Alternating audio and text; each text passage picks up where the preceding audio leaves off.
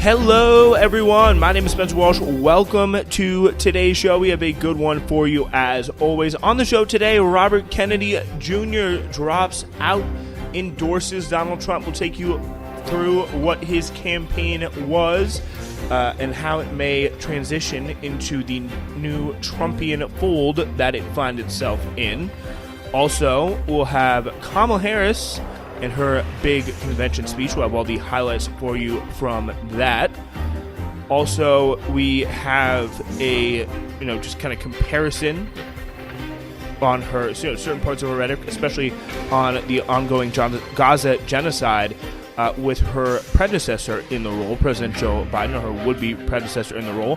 One Democrat is bragging about the big switch at the top of the ticket, seems to be kind of reveling in it. We'll have a pretty surprising clip, I really would say, for you a little bit later in the show. We'll also be talking about how the Democratic Convention failed the Palestinian movement and why, that's not really a big surprise, and really why it may not matter at all. Why all of this just may not matter if the Democrats can keep those good vibes going. Speaking of good vibes, we'll end on a little story that's percolating that could have the potential possibility to severely disrupt the good vibes for one Tim Walz. That's coming your way. It's Newsflash.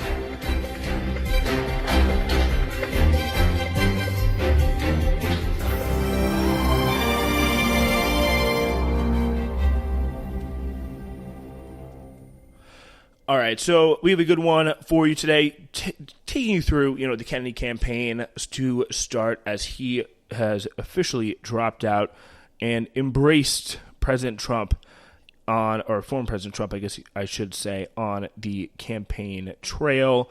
I would play you maybe a clip, but I don't really think you really want to hear much of that. But essentially, RFK, he always felt like somebody who was a little bit more 2023 than 2024 in terms of long-term viability.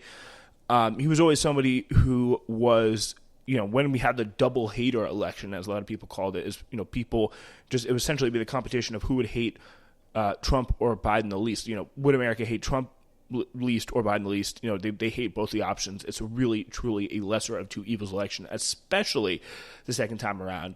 And I think that all really changed as we, A, got closer to the election, and B, Kennedy drifted further right, and C, you had the Democrats putting up a legitimate candidate in Kamala Harris. So you have a pretty big switch from really when he was up, nearing 20%, you had people from all walks of life that were, for whatever reason, disgusted by the campaign and just the Biden and Trump being in the race, and just wanted to be drawn to somebody who they thought was competent. They didn't know too much about. They know the knight's name. I think they really coast a lot off that name.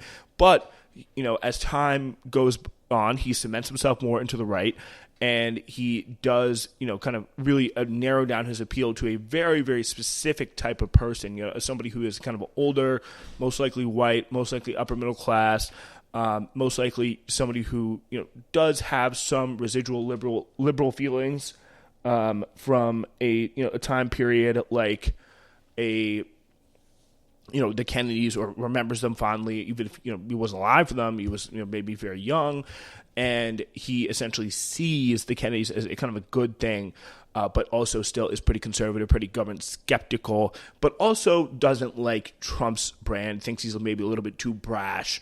But also does, in a weird way, kind of like someone like Trump. He was somebody who kind of combined all of Biden's flaws and all of Trump's flaws with being a little bit, extra insane. I think he's just a really kind of a creep, and by all accounts, an awful person, somebody who I just would not support in any way, even though there was such a big opportunity for a third-party candidate this time around. But yeah, as the New York Times writes here, I think they do this pretty accurately. They say it was kind of unclear what impact, if any, Trump or Kennedy's endorsement of Trump would have on the 2024 race. So yeah, it is definitely unclear, but I don't think it's a if any situation. I would bet he does see a bump in the polls, at least marginally. It'll be very, very marginally, and it does depend where those Trump voters are. concentrated. There's potential Kennedy Trump voters. So if there, are a lot of people like that, maybe in Wisconsin, that are kind of falling out of favor with him, and states like Iowa, you got to look at the swing states and the positions that they potentially have in terms of rallying and giving that extra little boost to Trump. It may not catapult him in the lead. It definitely won't catapult him in the lead, but it definitely will, I think, tighten down those margins a little bit in a way that Kamala Harris, who's already, kind of, we'll get to the polls a little bit in a second, but is kind of hanging on by very, very small margins, smaller than Hillary and Biden in 2016 and 2020, respectively. So, all those margins count. So it is, I don't think, something to be completely dismissed at all whatsoever. So Kennedy initially attracted significant support, more than 20% in some polls, and was especially popular with Hispanic voters. And again, it doesn't necessarily have to be a white guy. It could be a Hispanic guy who pretty easily fits in those positions. Somebody who, again, has those kind of weird views of associates positives with the kind of the Kennedy name, wants a big alternative, but doesn't like what Trump has to offer, but generally is more conservative, but probably would have voted Trump, kind of held their nose a little bit more and voted Trump if he was the only option. So, that was kind of Kennedy's last rim of support, people who kind of fit that kind of ideological pattern and thinking. So that now is going to probably peel off to Trump. Many voters said they were frustrated with the lack of choice between two unpopular, familiar candidates, Trump and Biden. But Kennedy had already been falling in polls and plummeted further after Vice President Kamala Harris took the mantle of the Democratic nominee from Mr. Biden, luring wayward Democrats back home. Even though supporters who have remained steadfast to Kennedy say they are less likely than others that they will vote in November, and polls have not provided a consistent answer as to whether Kennedy supporters would prefer Harris or Trump.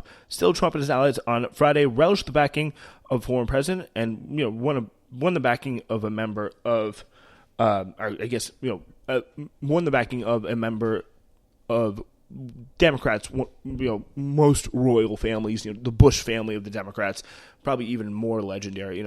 Kennedys are and kind of always have been, American royalty. So, and they have been obviously associated with the Democratic Party. So that someone is coming out and backing the Republicans on the Democratic side is a symbolically big thing, even of itself. So, bottom line on this is, could have a small impact on the margins.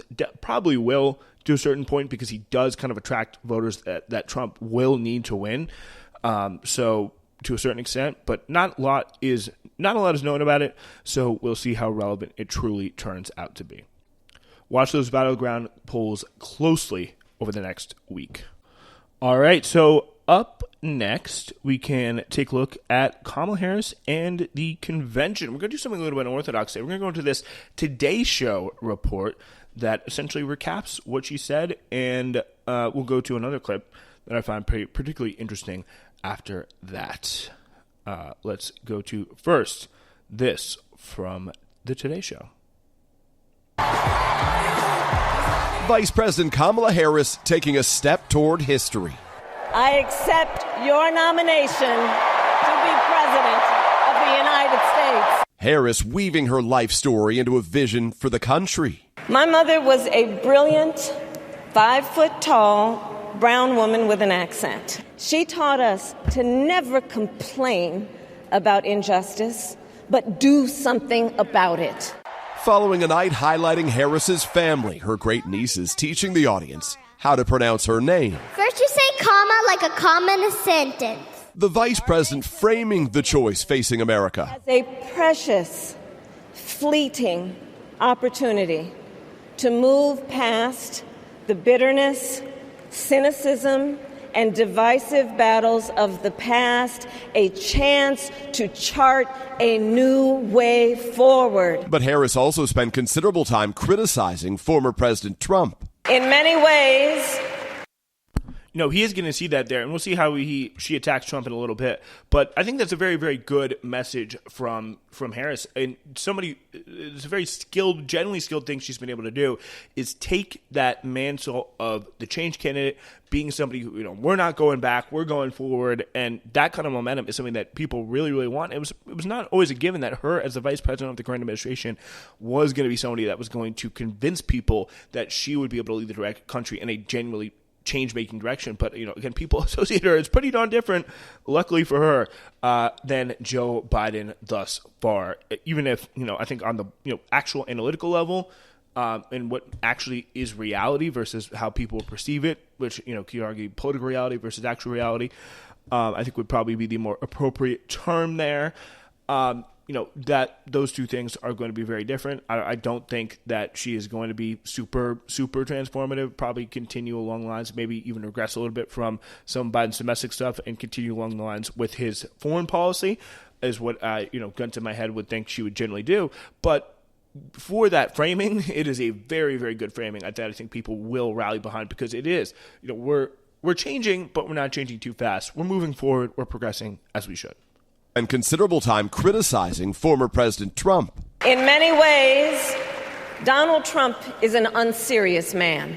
But the consequences of putting Donald Trump back in the White House are extremely serious. Just imagine Donald Trump with no guardrails. And how he would use the immense powers of the presidency of the United States. Harris promising to cut taxes for the middle class, bring back the bipartisan border security bill, and pledging to restore reproductive rights, calling out her opponent. He plans to create a national anti-abortion coordinator and force states to report on women's miscarriages and abortions.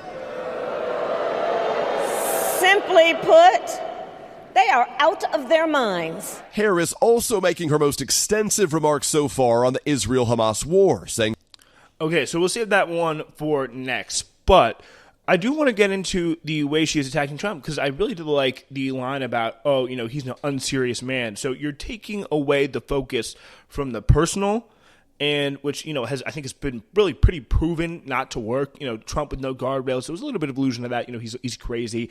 But all this stuff, listing down the policies, we can go back again, force states to report on women's miscarriages, national abortion coordinator, taxes for the middle class, bring back the border security bill.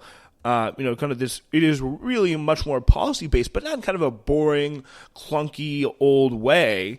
It is something that actually shows you here's what you can get if you go with me, and here's what you will get if you go with Donald Trump, which is something that a lot of people on the left have been saying this is how she should campaign for a lot of years, which I don't think she could try, and I think she has a golden opportunity to raise taxes on the wealthy, which I think is good. And of course, with the Democrats, they could always screw up a golden opportunity like that, so you've got to keep an eye on them. But I think the bipartisan border thing is bad politics, but it could be good politics in the moment. I don't think they should be talking about immigration because people just don't trust them on immigration. Like the people who care about immigration are voting for Republicans already, whether you like it or not. Stop trying to win them over. It's just not. It's like you're trying to make fetch happen. You're trying to make Democrat. You can't have everything. You could increase the patriotism. You could wave your American flags around. But in terms of Republicans, they will just always have immigration. And it's a good thing for you to make the alternative argument. Okay. Can't digress too much, but bottom line is she's making on the political level versus the actual reality. She is making, I think, very good points on, here's what you're going to get if, not talking about the character Donald Trump. Here's what you get if you get him, all this bad, scary, extreme social conservatism. But with me, again, you'll move forward, but you move forward with control. All right, let's get to Israel. She'll protect Israel's right to defend itself, but also calling the situation in Gaza devastating. Now is the time to get a hostage deal and a ceasefire deal done. I will not close it. All right, so here's what we'll do. Ending. Well, actually, she talked a little bit about Putin and juxtaposing Putin, but I want to get into the Gaza stuff a little bit later. She ended on optimism, but you know what? It was kind of cliche optimism, but let's get into the Gaza stuff. I accept this nomination. I don't want to seem like I'm skipping over the good parts of Harris here, but I'm skipping over. Let's just put it this way: the less substantive stuff. And if you want to see a politician accept the nomination speech, you can see it pretty darn frequently. It's like that. But anyway, so here is a very interesting clip put together by the Twitter account @ZaySquirrel with the really remarkable framing recently of Biden on the Middle East versus Harris on the Middle East. We can see how much has changed, and then we'll talk. To the war in Gaza, President Biden and I are working around the clock because now is the time to get a hostage deal and a ceasefire deal done. My negotiators of foreign policy and intelligence community and like have been relentlessly focused, not just on a ceasefire that would inevitably be fragile and temporary, but on a durable end of the war. I will always stand up for Israel's right to defend itself, and I will always ensure Israel has the ability to defend itself. Israel will always have the right to defend itself against the threats to its security and to bring those responsible for October 7th to justice. And the United States will always ensure that Israel has what it needs to defend itself. Because the people of Israel must never again face the horror that a terrorist organization called Hamas caused on October 7th, including unspeakable sexual violence. Ordinary Israelis whose lives were forever marked by the shattering event of Hamas's sexual violence and ruthless brutality. At the same time, what has happened in Gaza over the past 10 months is devastating. And the Palestinian people have endured sheer hell in this war. So many innocent lives lost. Desperate, hungry people fleeing for safety over and over again. The scale of suffering is heartbreaking. Too many innocent people have been killed, including thousands of children. Yeah, so pretty darn similar, almost to a T there. So I think it's very, very interesting because you can get down into the substance of it first, but I think it's very, very important to say, I've heard some people on the left say, don't be fooled by Kamala putting things in a more nice tone. And, I'm sure therell be some times that she'll, talk in a nicer, more empathetic tone. But the reality is, Biden, even in his kind of incoherent cogent, just non-cogent self, he has tried to talk in a more conciliatory tone. He's tried to say, the Palestinians are going through hell. We need a ceasefire, all that, blah, blah, blah, blah. But again, it is just clearly empty words. It's the same strategy that Blinken discussed with an Israeli official in the beginning of the war. If I got to give my public something, but I'll keep supporting you. I'm going to keep ratcheting up the rhetorical tensions, but I will keep supporting you. And the Israeli people say, oh, great. Well, we're going to have to keep, kind of criticizing you to our home audience. We're going to keep having to, quote unquote, stand up to America to make ourselves look good, but we'll keep this project going. And again, that's what they do. They keep the project going. They use almost the exact same words to describe these various different things. And there is no indication, and it's absolutely foolish to believe that there'll be any difference on the policy from Kamala Harris to Joe Biden. But again, because she's an exciting candidate that you actually like, that she's a brat, she's different, she's a great story. Tim Walz is so cute. I love how Doug and Kamala met with the 8:30 a.m. voicemail. Like, that story was so cute. Like, because you are seeing all these things, you're going to start to process this as, and I don't know why I'm saying you, just people, there's certain liberals out there, a pretty wide sect of people who want to vote Democrat, but, they feel bad about it because of the Palestinians. They'll see Kamala out there, with all these cute little things going around, even though she's literally saying the exact same stuff as Joe Biden has been saying for the past probably 2 months on this issue. And again, it's all bull for a reason we'll get into. But because she has this aura of new and exciting and not Joe Biden, it all sounds 10 times better, and you just turn your brain off and go to the polls while kids get slaughtered with our tax dollars, and Palestinians get slaughtered endlessly with our tax dollars. And that is just not something that I want to abide by. If you want to abide by it, then that's up to you. But I don't want to hear for any kind of second that you're some great defender of Palestinian rights or you care about Palestinian rights at all if you go on with that and you don't realize or don't acknowledge that's what she's doing and that's what's happening there. And down to what they're both saying, because they're both saying pretty much the exact same thing as we just demonstrated, it's BS. Because again, she's talking about, Hamas, a terrorist organization called Hamas, went into Gaza and killed these people. When, Israelis killed a significant chunk of them in the crossfire. So there's that. And, she's talking vividly about the suffering, how the evil Palestinians caused the Israelis. But then we can go back and listen. She talks about, people fleeing from their homes. So many innocent lives lost. What was it? Was it a hurricane? Was it a tornado that's been happening every day since October 8th? It is so it is by definition dehumanizing. It's by definition, the Democratic Party is telling you from its biggest possible stage that Palestinian lives are not worth the same as Israelis, and Israeli lives are worth the same as ours, but Palestinians, they're foreign, they're different, they're enemies, and they can die just as easily, just because a country that we, have a relationship with for a very long time, at least on the government level, but on, in the cultural level to some extent as well, because they want to kill them, we have to want to kill them too, and therefore we can't view their lives as, when they get killed by Israelis, it's passive voice. It's like it happened in a natural disaster. And that is just so, so insulting and so dehumanizing and so subtle, but it contributes to, people who take this stuff seriously and think Kamala is a really cool person. They'll look at this stuff and over time they'll start to sink in and say, oh my God, these Israelis died. That was horrific. But then, the Palestinians died. They're just like, bodies you can pile. They're just numbers. They are not, their deaths aren't felt as harshly. And, there was some State Department official who knew Biden for a long time. He essentially admitted it. It was like, yeah, they were just bodies to him. The Palestinians were just numbers to him. The Israelis, he felt that deep in his heart. And I think you're clearly seeing the Democrats feeling that way as well. And you're talking about, the sexual violence, like on tape, videos of sexual violence. That, again, on the Israeli side, that has not happened. And she's talking about Israel's sexual assault that's occurred on October 7th, which is a totally valid thing to talk about.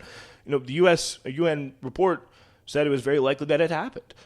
And it's very possible that all the people that were, that had survived it had passed away, but, or been killed succumbed to their injuries, killed by Hamas, whatever, or just killed by any, random Palestinian that broke through the fence on that day.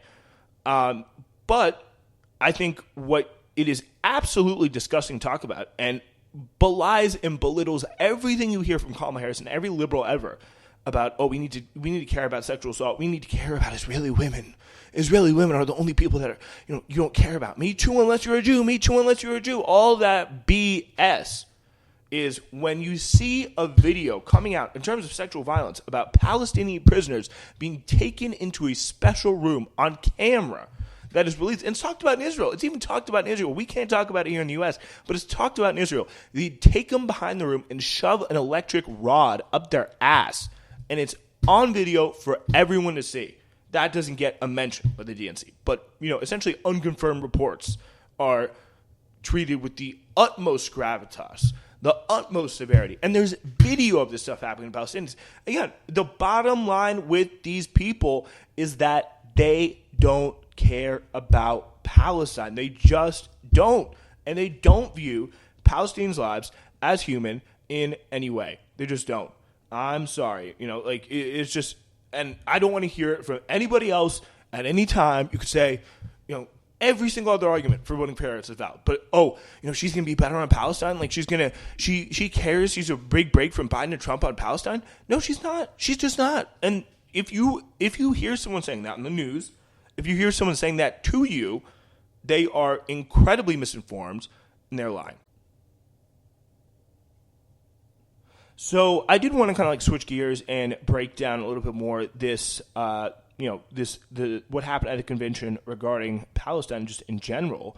And we can and we should do that. So essentially the vibes were good, the DNC this week. Unity was on the agenda. A sense of confidence prevailed. The speeches from the lame duck president to the UAW's Sean Fain to the left flank of the party represented by Bernie Sanders and Alexandria Ocasio-Cortez.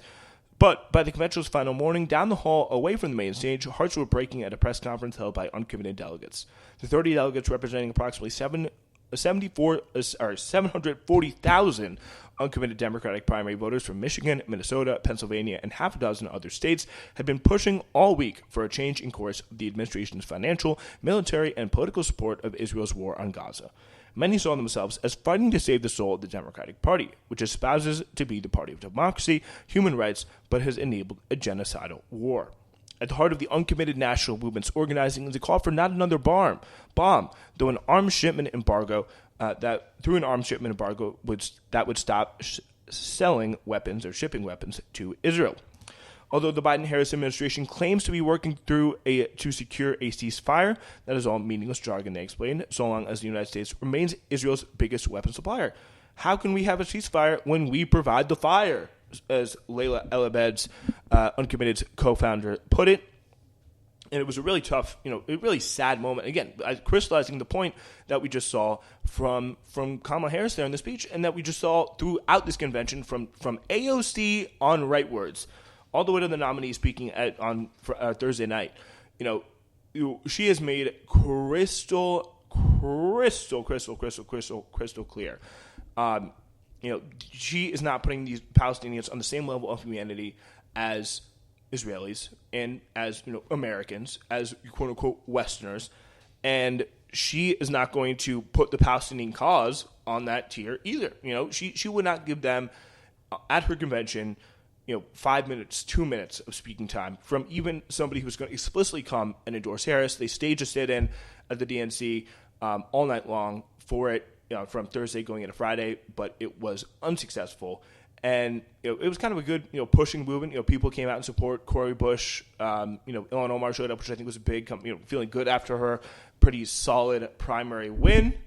So that was a pleasure to see. But again, I think it is really clear that it is going to be tough to keep the pressure up on this party. It's just going to be tough because they are feeling so up about it. They're feeling so up about themselves. The vibes are so good. They're so high. I think it'll be easier once the vibes pop, which is very possible through the election day. But the current party as it stands, I think, is very, very clear. The people, Democratic voters, and there's a lot of people who I think are very, very well represented to some degree by the people who came out of the DNC party just essentially, mocking the Palestinian protesters outside and just covering their ears because they were, being yelled at and bullheaded, especially covering their ears. Like, they don't want to hear about it. They never really cared about it in the first place. And now they're ready to move on, vote for Kamala Harris, and go back to living a good life with the Democrat in charge where they don't have to be, worried or embarrassed about the country. So I think that is exactly what is going on here. So I think it's going to make it, it's not surprising in any sense that Harris voted, or Harris did this, and she denied the speaking slots for the DNC delegates or the uncommitted delegates, and they were harassed throughout the convention the way they are. The base is over it. They have never been. Some of the base was in it for a certain time. The party is definitely over it. They want to run away from it as much and as far as humanly possible.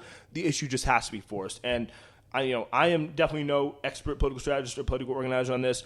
So here's to hoping that in the very, very near future, there is some way that there can be more pressure put. I think, the stand-in was, to a certain extent, it was good, but I think it is very, very telling that they didn't do it at all, and it didn't even get much press coverage that they didn't do it, and they essentially, ignored the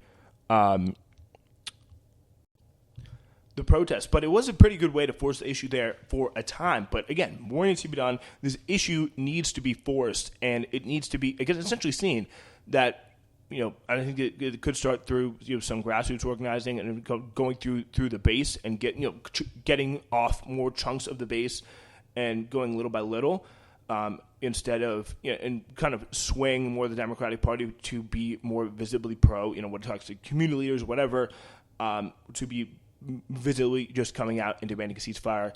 But I think the only real way is there can't be any show political force in the election. And ideal scenario, and I think this happened in the UK as well, is Democrats kind of scrape by through the absolute skin of their teeth, but they lose a lot of ground. They lose a lot of reps in, Michigan, in places where there are high Arab American votes. In Georgia, a lot of the Arab Americans there are kind of undercounted because they're showing up as white on the census.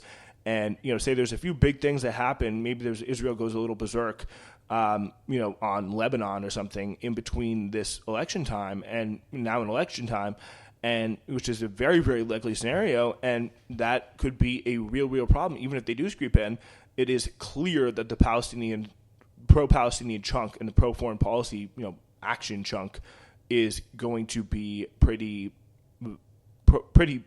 sizable in the Democratic Party, and also willing to stay at home or make their voices heard in another way. But there is so little other ways for that to happen. So it's a very, very tough situation. But I think, stating the obvious, it is not exactly getting through right now with regards to the protest to the DNC, and they're just not being made to listen. Even though I think there still is a big chunk of the base out there who is, it may not be a majority who is truly committed to, justice for the Palestinians, but especially I think among the young, it is a growing group. And even though some people definitely split off to join the coconut pill train, to say the least there. Due to some time constraints after my ranting and my breakdown of the Kamala speech there, I think it'll be most appropriate to close today with some. We'll do the clip as well. This is Gavin Newsom talking to the Pod Save America bros on the DNC about the big switch. There's an intangible. It's different. How are you feeling about the switch? I mean, the switch. Now, we went through a very open process and a very inclusive process. It was bottom up. I don't know if you know that. Yes, that's what I've been told to say. Yes, it was a blitz primary, I believe is what they called it. It's a very, very fast blitz. Yes. I think it was a blink primary, so we call that. Oh, a 30-minute convention. Yeah. Between a tweet and another tweet. It's amazing how it happened. Yeah, it's been amazing. But what is amazing is how unified everybody is. Yeah. I mean, it's next level. Yeah, so pretty open there. That's what I've been told to say. Yeah, it was a top-down primary, and we kind of do already know this. It was in part because the Kamala Harris team was pretty quick about it. In part because I think Clyburn put a lot of pressure on Biden too. Clyburn essentially has been Biden's political, master, I guess you could say, throughout. Political biggest person that he has to thank for the position that he's in. I would definitely say that.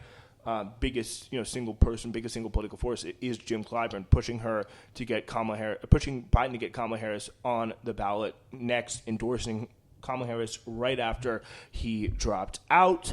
And I think that was something that Clyburn put a lot of pressure on Biden to do. Which I think it did turn out to be the right way in terms of, the political versus what I think the reality should be. I think it should have been an open primary. I think Democrats honestly should have had to pay the price for setting us up with Joe Biden and, sticking by and fully endorsing and defending the Joe Biden campaign much more than they did. But politically, I think it's the smartest thing they've done in a very, very long time. Just pulling the trigger, doing something bold, doing something that people actually wanted. And trying to really have their cake and eat it too by defending this guy for 4 years. And the moment it gets really tough and gets untenable, they just pull the plug and it works for them. I'll have to say, game recognized game. That is good political thinking there. That is just smart tactics. And it turned out to be completely legal, first of all. All this BS we heard about the lawsuits turned out to be, Mike Johnson's going to sue if they pull Biden off the ticket. Nope, he hasn't sued. Still doing pretty good. It's not that much of a problem. It didn't seem to be like that much of a problem this past week. I'll say that. But I think that is a very, very smart political move, and you got to give them credit for it. Even though I think if karmically, they should have been kind of forced to deal with what play the hand that they had set up for themselves, and not just complain about their cards and switch in the last minute. But they were able to do it. It was legal. End of the day. Good for them. All right. And I think the polls, they are backing it up too here. I think, she is up about 3 points in the polls right now. Trump seems to be dropping more than she's plateauing because of just how bad his campaign has been of recent vintage. Kenny's support had already waned. His supporters were less likely to say they would come out in November. This is Ruth Eigelnick on the polling, the Kennedy impact of the polling. In recent polls that disagreed on whether he was drawing more votes from Trump or Harris. But just quick spin around of the New York Times averages, just kind of in terms of a Harris versus Trump situation now that Kennedy is out and pulling out on the battleground states. Harris up 2 in Wisconsin, 49-47, up 2 in Michigan, 49-47, are tied in Pennsylvania, 48-48, some very close and very kind of conflicting polls out of that. Arizona, pretty level. Georgia, Trump up 4 as of the moment. But in terms of national and state polls, we will go through here. Ohio, the active vote poll of Ohio looking exactly what it should. Trump plus 12. Harris plus 5 up nationally. Pennsylvania has active vote. Harris up 2. Harris up 3 in Virginia, which could be a bit of a warning sign for her. And up 7 in New Mexico, which is about where she should be on that. But nationally, again, all the latest polls have her up about 5. But let's do some of the select pollsters here because they're a bit better. Emerson had Harrison up in New Mexico by 7, which again was right where she should be. University of New Hampshire had Harris up in Maine by 17, which would be really shocking because Jared Golden, the Democratic congressman, was pretty convinced that he was going to lose that state. So that is definitely something to highlight. Latest New York Times Siena has Trump, or probably polls I probably trust the most. Harris plus 5, Trump plus 2 in Nevada, and Georgia plus 4 for Trump. Harris plus 2 in North Carolina. So, that North Carolina being in play and the Georgia being so out of play, I think is very interesting and kind of telling that, while Biden won Georgia with white suburban voters, she may be able to turn out more the black middle class that exists in really both those states. So time will tell on that. A lot of interesting stuff, and we'll be narrowing down more into the states in terms of our polling coverage more after Election Day. So stay tuned for all of that. We'll be back Monday. Big fall ahead of us as we get into September. You're going to want to be there for all of it. Keep it locked. It's Newsflash. Thank you so much for tuning in today.